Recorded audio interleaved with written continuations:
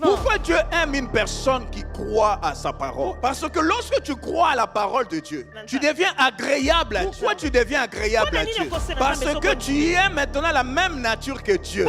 Parce que Dieu lui-même aussi a cru à sa propre parole. Lorsqu'il prononçait au commencement, lorsqu'il déclarait pour que les cieux soient, pour que la terre soit, que les animaux, les arbres, les plantes et tout ça soit. Il ne doutait pas à sa propre parole. Il est le premier à croire à sa propre parole. L'esprit qui est attaché à la parole vient lorsque la parole est honorée. L'esprit, le Saint-Esprit vient là où il y a la foi. Parce que la personne qui présente la foi à Dieu plaît automatiquement à Dieu. Parce qu'il prend la même nature que Dieu. Voilà pourquoi celui qui ne croit pas énerve Dieu. Et tu ne peux pas t'attendre à recevoir quelque chose. Parce que tu fais passer Dieu pour un aventurier. Tu le fais passer pour un incompétent. Tu le fais passer comme un incapable. Dieu a toujours été capable depuis le commencement. Jusqu'à la fin, il sera toujours capable.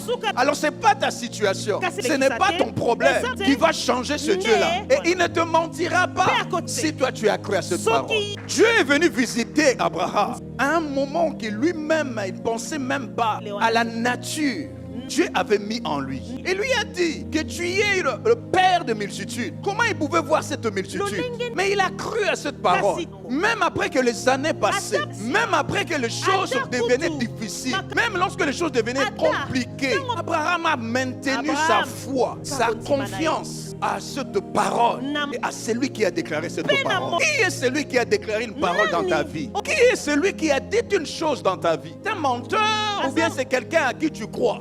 Bon, l'homme peut faillir, mais si c'est Dieu qui a déclaré la parole dans ta vie, je te dis et je te conseille, je t'en supplie même, crois que cette parole va s'accomplir. Abraham n'a pas regardé l'état de son corps. Et puis il ne se lamentait pas pour dire, mais Dieu, tu avais dit, pourquoi je vois rien? Il a cru fermement. Et la Bible nous dit, malgré que son corps avait vieilli, malgré que sa femme, laquelle devait normalement avoir cet enfant, était devenue vieille.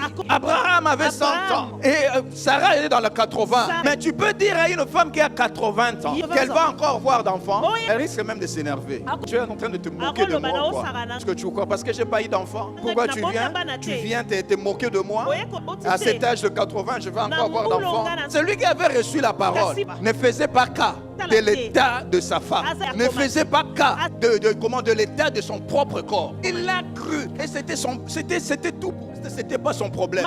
Parce que celui qui a déclaré la véritable identité d'Abraham, c'était le Créateur. C'était lui qui l'avait créé. Il n'avait pas besoin de quelque chose d'autre.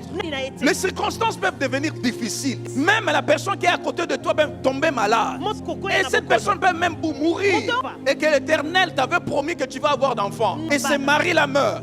Mais l'Éternel, auprès de sa gloire, auprès de sa grâce, il a encore plusieurs maris pour que sa parole puisse s'accomplir. Aussi longtemps tu es encore sur cette terre, tu es encore cette grâce-là de piétiner cette terre. Toute parole que l'Éternel a déclarée te concernant, crois-le que le Seigneur va l'accomplir. Il l'accomplira certainement. Même si tu restes tout seul, même si tous ceux qui sont tout autour de toi t'abandonnent, avec Dieu tu as la majorité, tu n'as besoin de personne. Saisis seulement la parole, attache-toi seulement à la parole. Et cette parole-là va porter de fruits pour accomplir la parole de Dieu.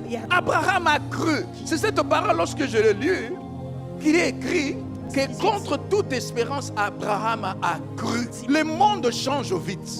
Les humains changent vite. Tu peux croire lorsque tu es dans un groupe, qu'on vient, on déclare une parole, on dit, ah, comme je suis dans le groupe, c'est qu'un tel va m'aider pour que la parole que Dieu a dite puisse s'accomplir. Non. Dieu n'a pas besoin d'un groupe pour qu'il puisse faire quelque chose avec toi. Dieu n'a pas besoin de la vie de quelqu'un pour qu'il puisse faire de toi ce que lui il veut. Simple parole qu'il a déclarée. Cette parole-là qui a tout. Cette parole-là qui va travailler et qui va manifester ce qui est à l'intérieur. Qu'est-ce que tu peux te poser comme question par rapport à la parole de Dieu? Suis-je digne de pouvoir mériter ce que l'Éternel est en train de dire? Nul d'entre nous n'est digne de pouvoir mériter quoi que ce soit venant de Dieu. Parce que c'est que Abraham a pu bénéficier là ne venait pas par rapport à sa nature, ne venait pas par rapport à son sang, mais c'était une grâce de Dieu. Parce que Dieu a aimé cet homme, parce que cet homme a aimé la parole de Dieu. Chaque fois que tu es en train d'aimer la parole de Dieu, Dieu aussi t'aimera. À chaque fois que tu es en train de t'attacher à la parole de Dieu, tu s'attacheras à toi. Chaque fois que tu es en train de glorifier, d'élever la parole de Dieu, Dieu aussi va élever ta vie et accordera que tu puisses bénéficier de ces poussières de gloire qui lui appartient seul. Ne regarde pas les circonstances de ta vie. Ne regarde pas l'âge. Le Seigneur peut restaurer une vie à n'importe quel moment. J'avais dit à une femme, je lui ai dit, mais pourquoi tu veux rester seule? Non, moi j'ai déjà dépassé l'âge, j'ai déjà des enfants et tout ça. Et qu'est-ce que je vais faire encore d'un mari? Moi je dis, mais tu sais que vieillir seule, c'est pas facile. Et que tu puisses faire ce que Dieu n'a pas prévu pour toi, c'est pas bien. Mais la parole a été déclarée. La parole était en acte. Crois à la parole.